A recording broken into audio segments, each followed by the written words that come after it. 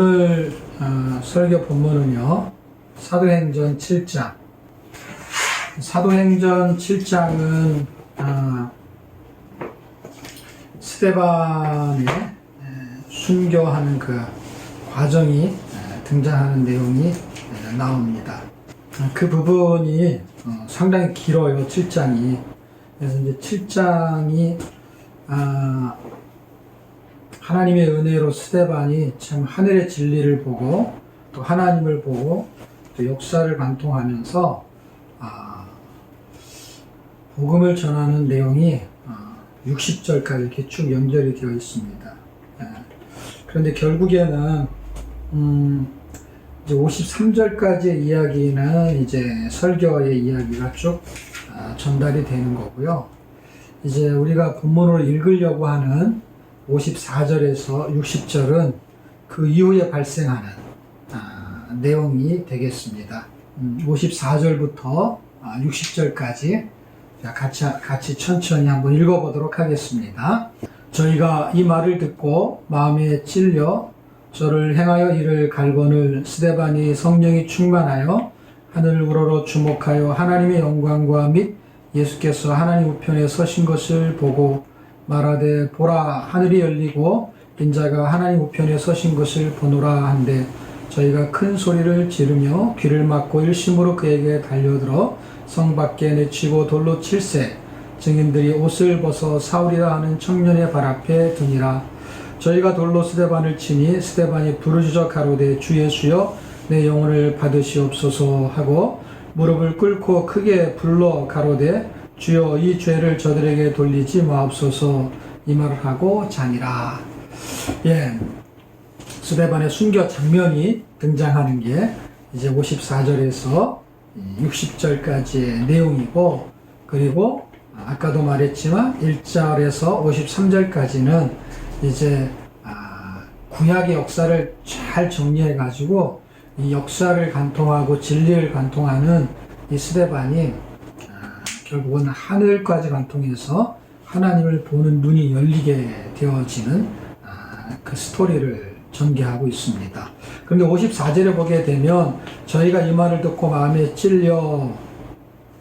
찔렸다라는 게 무슨 말이냐면요, 결국 예수님을 죽인 자들이 누구냐 했을 때 로마 군인이 아니고 지금 이 메시지를 듣고 있는 청중들이라는 것이죠. 그래서 마음에 찔린 거예요. 예를 들면 이런 말이 있잖아요. 도둑이 제발 저린다. 지금 예수 그리스도가 그들 때문에 죽었다 하는 이야기가 전달되고 있는 것입니다. 자, 그런데 성령이 충만해가지고 그가 하늘을 보게 되는 거예요.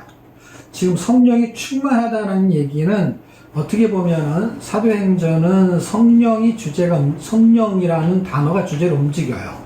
그런데 사람한테 주제가 움직이는 건요, 성령 충만이에요. 그래서 성령 충만한 이야기가 2장부터 아주 본격적으로 등장하게 되는데요, 끊임없이 등장하게 됩니다. 결국 성령 충만하게 만들어서 하나님이 하실 일들이 있는데, 성령 충만한 자에게 나타나는 현상이 사실 몇 가지 있는데 그 중에 하나가 하늘을 본다는 거예요. 하늘을 본다는 게 무슨 말이냐면 하나님을 본다는 것입니다. 하늘을 관통해서 본다는 거, 그런 일이 있기 굉장히 어려운 일이거든요. 그런데 너무 놀라운 사실은 스데반이 보았던 것을 이 사울이라는 청년, 그 청년의 이름이 나중에는 사도 바울 이렇게 호칭이 바뀌게 되는데요. 그 사도 바울도 사울이라는 청년의 이름을 계속 사용하고 있을 때에 하나님을 보게 됩니다. 어떻게요? 하늘이 열리죠. 그래서 그에게 소리로, 빛으로 임하게 되는데요. 그것은 9장에 가면 열리게 돼요. 그러니까 사실 이 사건이 있고 나서 곧바로 예수님이, 승천하신 예수님이 너는 왜 나를 핍박하느냐 하면서 예수 믿는 자들을 핍박하는 그 사울, 우리가 말하는 그 사도 바울, 그에게 나타나십니다. 그래서 하늘이 열리고 그 하늘, 해보다 더 높은 곳에 있는 그분이 빛으로 임하는 것을 보게 됩니다. 9장 이후에는 이제 그의 간증이 등장하는데요. 그래서 하나님을 보게 만드는 그 헌신, 굉장히 중요한 헌신이죠. 오늘의 제목이 헌신은 도대체 무엇일까라는 거예요. 그런데 헌신이라는 단어를 가지고, 주제를 가지고 54절에서 60절 스데반의 순교의 이야기를 등장시키는 이유는 뭐냐면 그가 메신저였다는 거예요. 그가 전도자였다는 거예요. 그가 하늘을 열어서 보게 만드는 그런 도전적인 헌신을 이뤘다는 거예요. 무엇을 통해서요? 순교를 통해서 그 일을 이뤄냈다는 것을 설명하고 있습니다. 헌신은 신분의 변화를 일으키는 게 아니에요. 우리가 공부를 많이 해서 박사학위를 받아요. 그러면 박사학위는 헌신이 아니에요. 박사의 지식을 가지고 누군가에게 도움을 주면 그게 헌신이죠. 신학교에 가서 목사가 돼요. 공부를 다 하고. 목사가 되는 거는 헌신이 아니에요. 그런데 그 신분은 헌신이 아닌데 그 신분에 맞는 일을 할 때는 그게 헌신이 되는 거예요. 그러니까 목사로서 해야 될 헌신의 일을 해야 되는 것이죠. 우리가 예수를 믿고 성도가 되었어요. 성도가 되는 거는요, 헌신이 아니에요. 그런데 성도의 삶을 살게 되면 그걸 헌신이라고 말할 수가 있습니다. 그러니까 스데반은 성령이 충만했어요. 성령이 충만한다는 게 무슨 의미가 있냐면 박사학위를 받았어요. 근데 그 학위를 가지고 목사 안수를 받았어요. 그 목사라는 직분을 가지고 헌신을 하려면 스데반에게 성령이 충만했던 것처럼 성령이 충만해야만 헌신할 수가 있다라는 거예요. 그러니까 이거는 지식의 힘만 가지고 하는 게 아니고 이거는 물질의 힘만 가지고 하는 게 아니라 거기에 플러스 알파. 사도행전은 우리가 잘 알듯이 아나니아 삽비라가 나오잖아요. 그들에게 물질이 있었어요. 근데 그 물질의 힘으로 헌신이 안 된 거예요. 왜? 그 물질의 힘으로 자기 이름을 등장하려고 하다가 죽어버렸잖아요. 성령을 속여서. 성령을 속이는 게 아니고 성령을 이용하면 안 되고 성령이 나를 이용하게 만들어야 되는 것이죠. 그래서 성령이 나를 어떻게 이용하냐? 내가 헌신, 나를 드릴 때 이용하게 되는 것이죠, 그분이. 그래서 진리를 선포했어요. 스데반이 왜? 그가 가지고 있는 헌신이 뭐냐면 지식이 있었기 때문에, 진리가 있었기 때문에 그걸 사용했어요. 사실 우리는 이걸 왜 안 사용하냐면요, 그 힘을 잘못 사용하면요, 손해가 될까봐 손해가 될까봐 사용을 안 하지요. 그러니까 옛날보다 지금은 전도를 잘 못해요, 사람들이. 왜냐하면 손가락질을 당하기 때문에 그렇죠.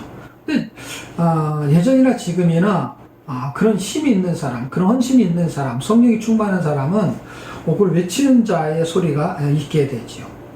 그가 역사를 관통했어요. 그래서 사도행전 7장에서부터 쭉 연결하는 이야기는 아브라함이 등장하는 그 이야기가 사실 창세기잖아요. 창세기 이야기에서부터 쭉 해가지고 다윗의 이야기를 연결을 시키고 있는 이야기입니다. 왜냐하면 다윗하고 예수님하고 연결을 시킬 수 있는 굉장히 중요한 고리가 다윗이기 때문에 그래요. 그래서 아브라함과 다윗이 핵심적으로 등장하고 그 사이에 모세가 등장하면서 출애굽의 사건들을 설명하고 있죠. 그러니까 구원의 스토리를 전체를 다 설명했는데 그가 하늘을 보게 되었어요. 그가 가지고 있는 헌신을 통해서 하나님과 결국 우리가 지난번에 설명했던 동행은 뭐 이런 거 있잖아요. 기억나시는지 모르겠어요. 그 동행, 동역, 그것이 하나님과 함께 했다. 하나님을 기쁘시게 했다. 거기엔 믿음이 있다라는 것을 에녹을 통해서도 설명을 가능합니다. 다시 말하면 지금 스데반이 하늘을 관통했다, 하나님을 봤다라는 건 뭐예요? 하나님과 동행했다라는 것을 설명하고 있는 것입니다. 그런데 너무너무 놀라운 것은 이것입니다. 60절에 무릎을 꿇고 크게 불러 가로되 주여 이 죄를 저들에게 돌리지 마옵소서 하고 이 말하고 자니라. 군중들이 많이 있을 때요, 그 군중들 중에서 누군가를 죽이려고 한다면요, 사실은 사형에 해당되는 재판을 하는 거거든요. 근데 재판을 할 때 재판의 주동자나 그 재판의 주도권을 가지고 있는 사람이 어떤 사람이냐면 증인의 옷을 맡아두는 사람이라고 합니다. 그러니까 최소한 증인이 2명 이상 있어야 되는데 2명의 증인이 옷을 벗어요. 그리고 그 옷을 벗은 걸 가지고 누구한테다 두냐면 그 주동자, 사형 집행관과 같은 거예요. 지금으로 말하면 그 사람의 발 앞에 두게 됩니다. 그리고 사람들이 이제 그 증거가 다 끝나고 나면 돌을 던져서 죽이게 되는 건데요. 그 과정이 여기에는 생략되어 있는 것 뿐이에요. 그러니까 곧바로 사람을 죽일 수가 없어요. 그러면 로마의 법에 걸리기 때문에 그 사람들은 살인자가 됩니다. 그렇기 때문에 중요한 얘기를 설명하는 것이 목적이기 때문에 재판을 어떻게 받느냐 하는 그 과정을 여기다가 쓸 필요가 없었던 것 뿐이지, 그 내용을 쓴다면 그 내용만 하더라도 몇 시간의 내용이 흘러갈 정도로 시간이 깁니다. 왜냐하면 그 상황의 모든 것을 글로 적어야 된다면 재판이 열리는 거예요. 그 재판이 한두 시간에 끝나는 게 아닌 것이죠.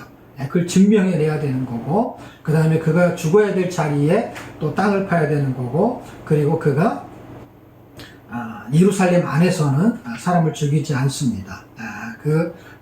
예루살렘이 그 성 안이 더럽혀지기 때문에. 그래서 성 밖으로 나가야 되는 것이고요. 그러니까 58절에 보면 성 밖에 내치고 돌로 칠세, 성 안에 있었다는 거예요. 그러니까 성 밖에 내치고라는 것은 성 안에 있었다는 걸 의미하는 거고, 성 밖이라는 거는 성 밖으로 데려갔다는 거예요. 57절과 58절에 있는 시간이 걸리는 거예요. 그냥 데리고 가는데 1초, 2초 이렇게 걸리는 게 아니죠. 시간이 꽤 걸리죠. 성 밖으로 걸어가는 시간, 그리고 거기 가서 이제 재판을 하는 시간, 이런 시간들이 다 생략이 된 거예요. 그러니까 거기서 돌로 칠세 증인들이 옷을 벗어, 증인은 옷을 벗어가지고 집행자 앞에다가 옷을 벗어놔야 되는데, 그 집행관이 누구냐면 사울이라는 거예요.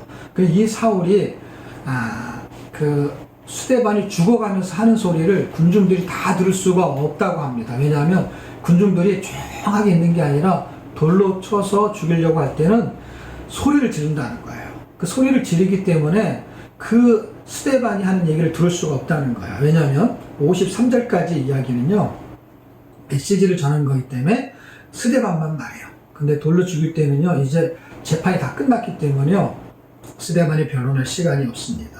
그래서 돌로 치니라고 했어요. 59절에 돌로 치니 스데반이 부르짖어 가로되 주 예수여 내 영혼을 받으소서 하고, 그리고 무릎을 꿇고 크게 불러 가로되 주여 이 죄를 저들에게 돌리지 마옵소서 했을 때 이 소리를 가장 크게 들은 사람이 누구냐? 그것은 사울이라는 것입니다. 그때 이 자기 주동자에게 하는 말이죠. 결국에는요, 돌을 던지는 사람한테 해당되는 게 아니라 돌을 던지게 만든 사람, 그 사람한테 지금 60절에 말을 하고 있는 거예요. 그런데 사울의 반응은 어떻습니까? 8장 1절 사울이 그의 죽음을 마땅히 여기더라. 여러분, 사울은 그가 9장에서 예수님을 만나기 전까지는 이 8장 전체가 마땅히 여기는 삶을 살았어요. 근데 9장서부터는 달라지기 시작합니다. 예수를 만나고 나서 그의 헌신, 그가 가지고 있었던 구약의 정통한 그 진리의 지식이 모든 것이 다 헌신, 누구한테 헌신하느냐?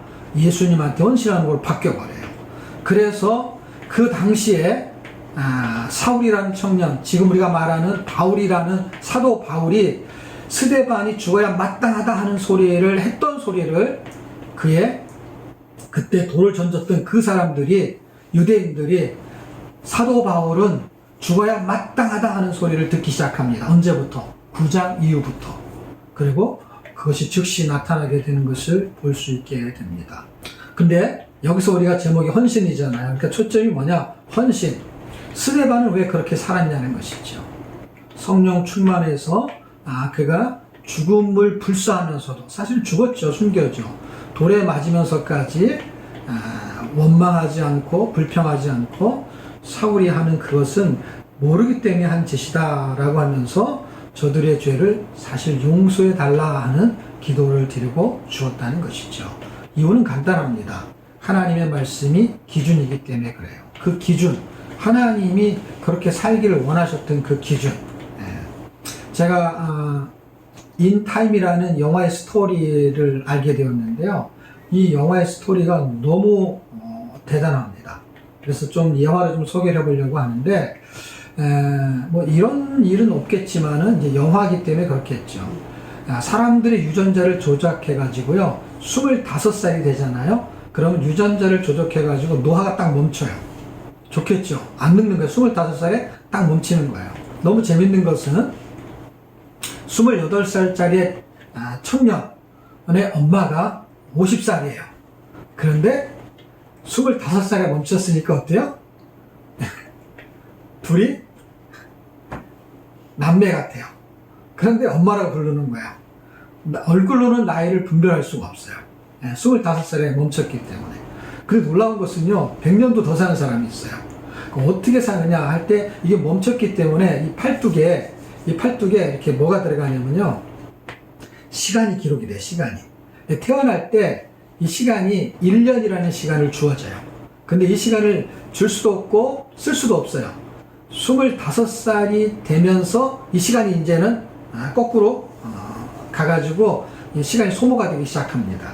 그래서 시간을 여기다가 더 집어넣지 않게 되면 이 시간이 제로가 되면 죽는 거예요. 희한한 영화죠. 그러니까 시간을 모범을 주게 되기 때문에 시간이 합해요. 노동자가 가서 일을 해서 일당을 받잖아요. 그럼 이렇게 딱 팔을 내서 이 시간을 받아요. 그래서 일당을 시간으로 받아요. 너무 웃기는 것은, 제가 왜 이 스토리가 재밌냐 봤더니, 엄마의 시간이 있어요. 50살인데 25살 처녀 얼굴이야. 그리고 28살짜리 자기 아들한테 이렇게 손에다가 이렇게 줄 수가 있어요. 손을 이렇게 맞잡으면. 딱 주면서 뭐라 그러냐면, 내가 30분 시간을 줄 테니까 맛있는 점심 사 먹어. 이렇게 하는 거예요. 너무 웃기지 않아요? 우리는 막 카카오뱅크인가 뭐 이런 거 해가지고 돈을 주면서 10만 원, 5만 원 이렇게 주면서, 이거 나중에 남자친구나 여자친구하고 맛있는 점심 식사해, 이렇게 말하는데, 여기는 딱 내가 30분 줄 테니까 점심 사 먹어. 그리고 이제 이 사람이 이제 아침에 커피를 마시려고 이제 갔어요. 갔는데 커피 한 잔에 이제 얼마 이렇게 해야 되는데, 커피 한 잔에 4분입니다. 이렇게 하는 거야. 그러면 이 팔뚝을 딱 내가지고 딱 4분이 나가. 2잔을 시키면 8분이 나가는 거야. 그런데 거기서 재밌는 이야기는, 어제 3분이었는데 왜 오늘 4분이라는 거예요. 시간이 계속해서요, 물가가 상승해서 오르는 거예요. 이거를 관리하는 시스템이 있는 거, 그게 부자들이 관리한다. 그거에 대한 이야기고, 그거의 시스템을 파괴하려고 하는 주인공의 이야기가 등장하게 됩니다. 왜? 부자들은 영원히 살 수 있기 때문에요. 100만 년이라는 시간을 저장해 놓고 살아요. 그러니까 돈 있는 사람 평생 써도, 2대, 3대가 평생 써도 다 쓰지 못하는 그 재벌의 돈처럼, 그 최고에 있는 부자의 금고에는 100만 년이라는 시간이 있어요. 이 주인공이 이 100만 년의 시간을 탈취해갖고 사람들한테 나눠주면서 시스템을 붕괴시키는 이야기로 끝나는 것인데요. 이유는 간단해요. 가난한 자들의 시간을 걱정 없이 살고 싶을 뿐인데, 부자들은 시간이 많기 때문에 걸어다니는 것도 천천히 걸어다니고요. 가난한 사람들은요, 막 뛰어다니는 거야. 그냥 시간 안에 뭔가를 해야 되는 거야. 시간이 정해져 있기 때문에. 그래서 어떤 사람은 하루벌어 쌀로 사는데 이 시간 싸움을 하게 되는 것이죠. 돈 걱정, 나이 걱정 없이. 가난한 사람들의 걱정은 시간 걱정 없이 살고 싶다는 거예요. 근데 우리는 시간 걱정 안 하잖아요. 돈 걱정하고 나이 걱정하잖아요. 거기는 나이 걱정할 필요가 없어요. 늙지가 않아요. 근데 시간이 없으면 죽는 거예요. 시간이 돈이죠. 그리고 그게 나이인 것이죠. 나이는 먹는데 늙지 않는 거예요. 시간이 없으면 죽는 거예요. 그런데 이 마지막에 스토리의 이야기가 이렇게 끝나죠. 100만 년을 살아도, 영원히 살아도 의미 없는 삶이 있고, 하루를 살아도 사람답게 삶이 있다라고 말합니다. 그래서 105살까지 살았던 25살의 얼굴하고 있는 남자가 100년의 시간을, 하루를 의미 있게 사는 그 청년에게 100년의 시간을 주고 죽게 되는 자살과 같은 사건이 벌어집니다. 그러면서 남긴 유언과 같은 말이 있어요. 그 말이 뭐냐면, 내 시간을 헛되이 쓰지 말라를 남기고 죽게 돼요. 내가 준 100년의 시간을 헛되이 쓰지 말고 의미 있게 쓰라고 말했던 것이죠. 근데 이 말이 얼마나 의미가 있냐면, 이 100년의 시간을 받은 이 사람이 자기 친구를 제일 먼저 찾아가요. 찾아가가지고 10년이라는 시간을 줘요. 그리고 나중에 그 친구에게 10년의 시간을 준 사람한테 가봤더니 죽었던 거예요. 10년이라는 시간을 줬는데 1년도 못 살고 죽은 거예요. 왜 죽었냐 봤더니 그 아내가 이러는 거예요. 그 10년이라는 시간 때문에 죽었다는 거예요. 왜? 10년이니까 일 안 해도 사는 거예요. 그 동네 사람들은 다 가난하기 때문에 하루 일어서 하루 먹고 사는 거야. 그러니까 1년이라는 시간이 굉장히 긴 거고, 한 달이라는 시간만 돼도 사람들이 금방 소문이 날 정도라는 거예요. 그렇게 한 달이라는 시간을 벌 수 없다는 거예요. 그래서 10년이라는 시간을 준 걸 헛되이 그 사람을 썼고, 이 100년이라는 시간을 그 받은 사람이 그것을 보면서 내가 준 시간을 헛되이 사용하지 말라라는 것.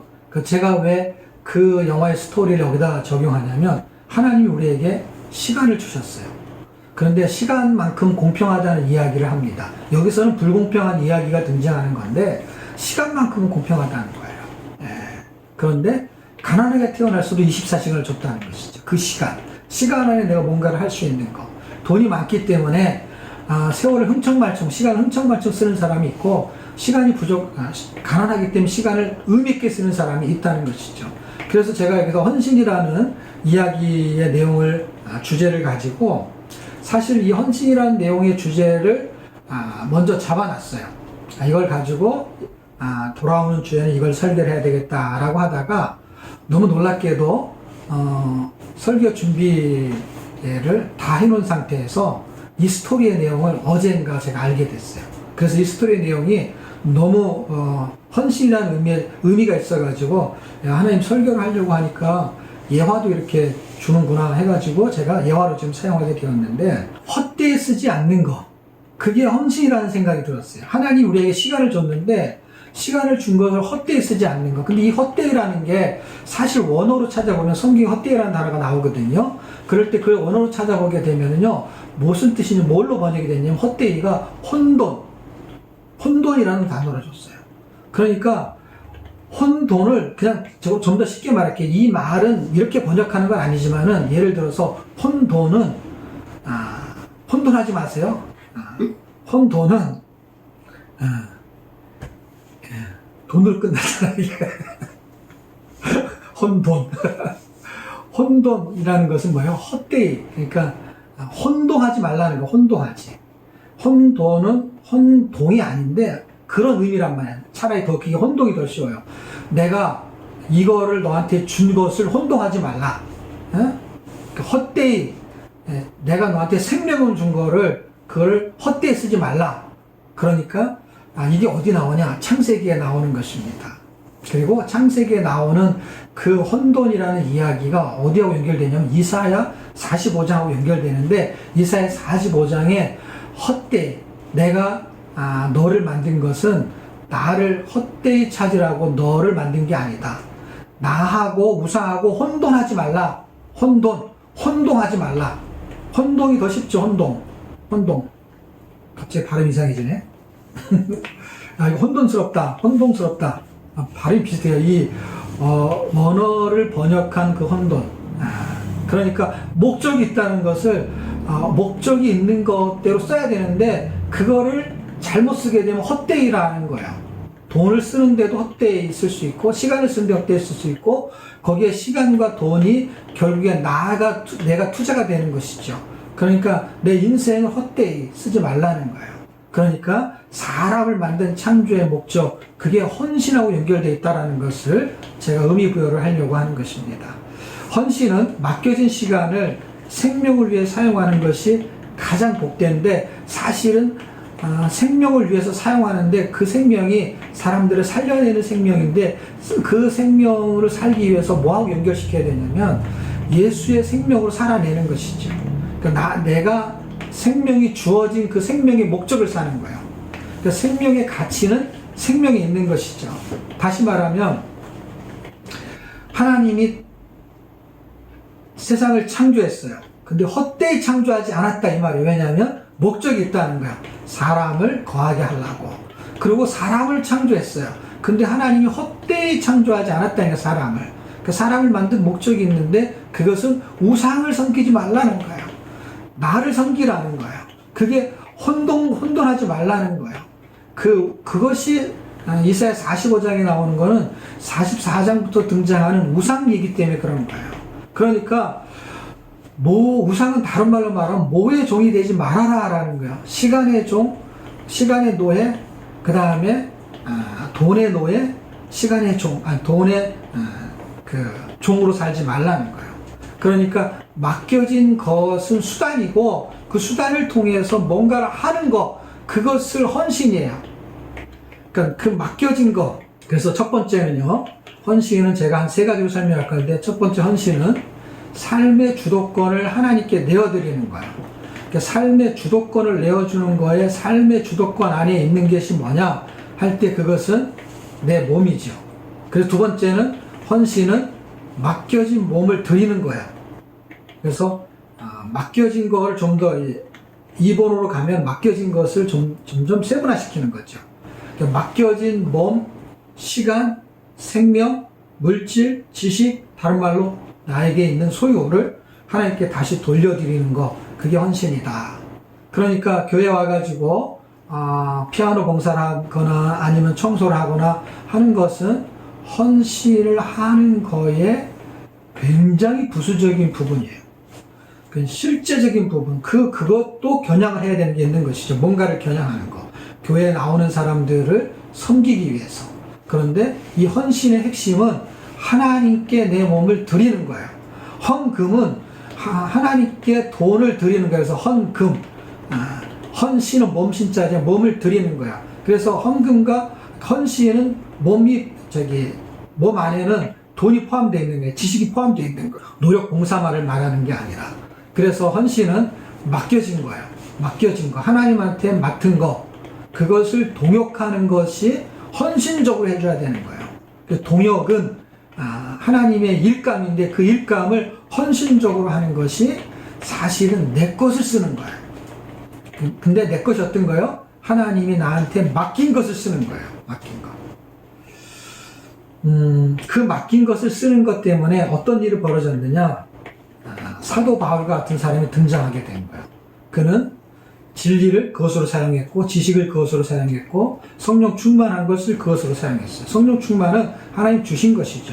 성령 충만한 것으로 병을 고쳤다 했을 때, 자기 유익을 위해서, 돈을 벌기 위해서 안수기도를 해주고 돈을 받고 그런 게 아니잖아요.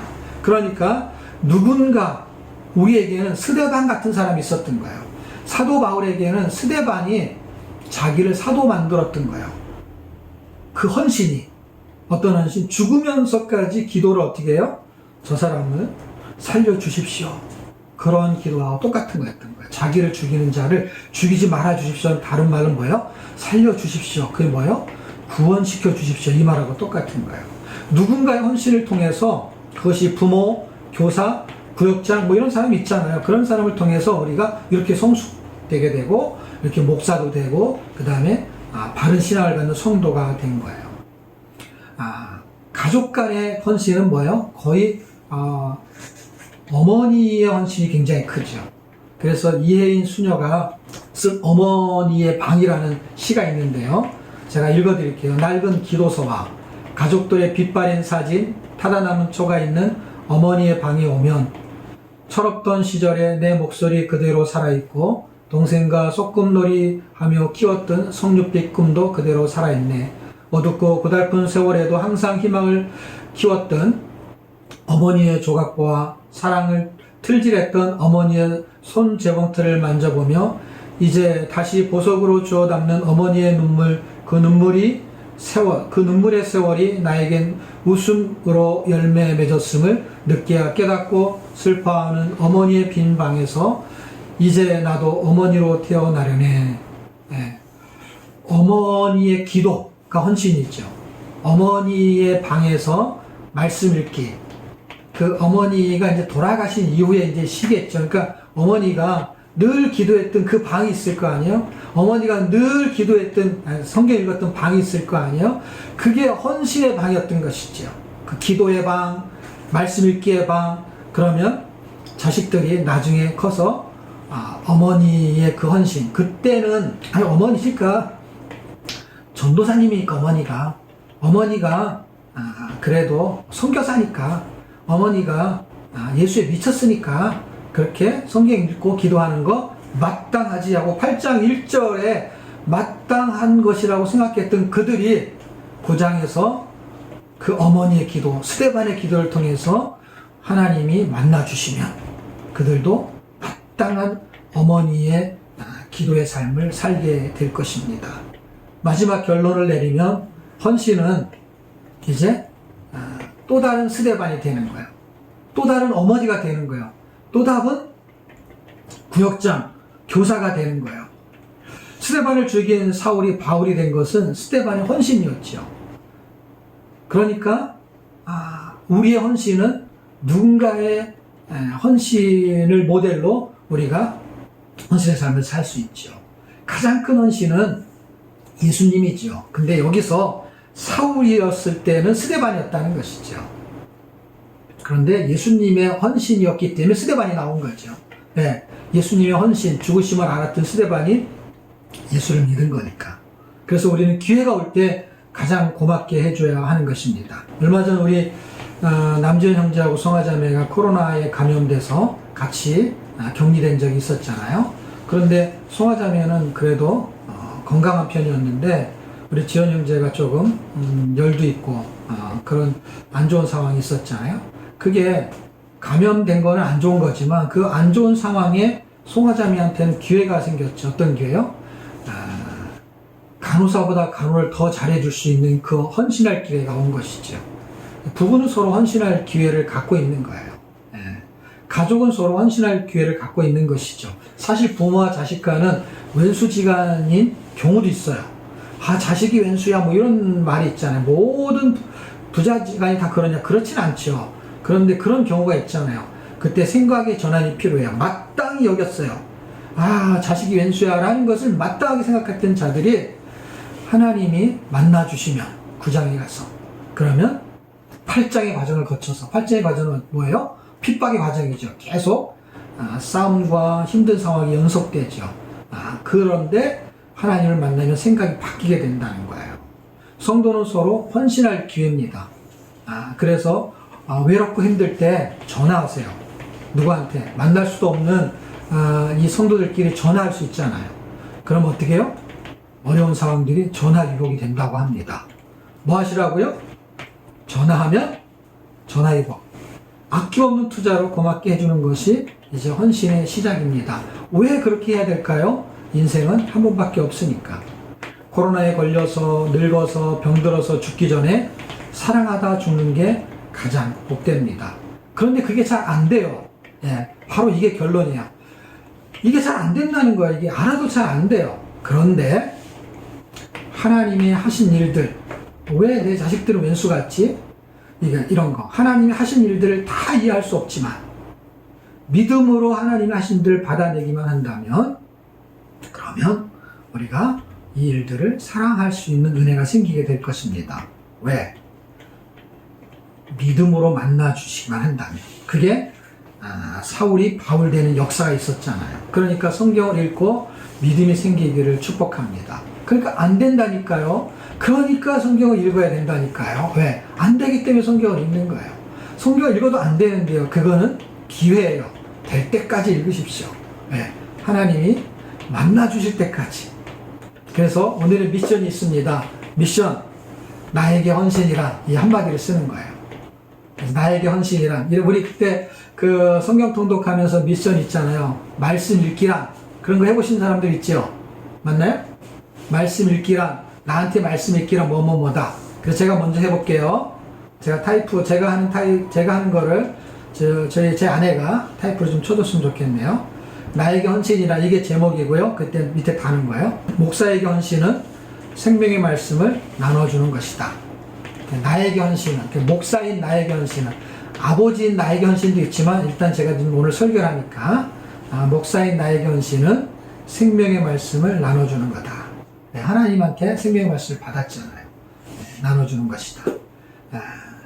아내로서, 남편으로서, 아니면 성도로서 헌신이나 이렇게 종류는 여러 가지를 할 수 있는데 하나님 여러분이 은혜 주시는 거 있다면 그것으로 은혜를 나눴으면 좋겠습니다.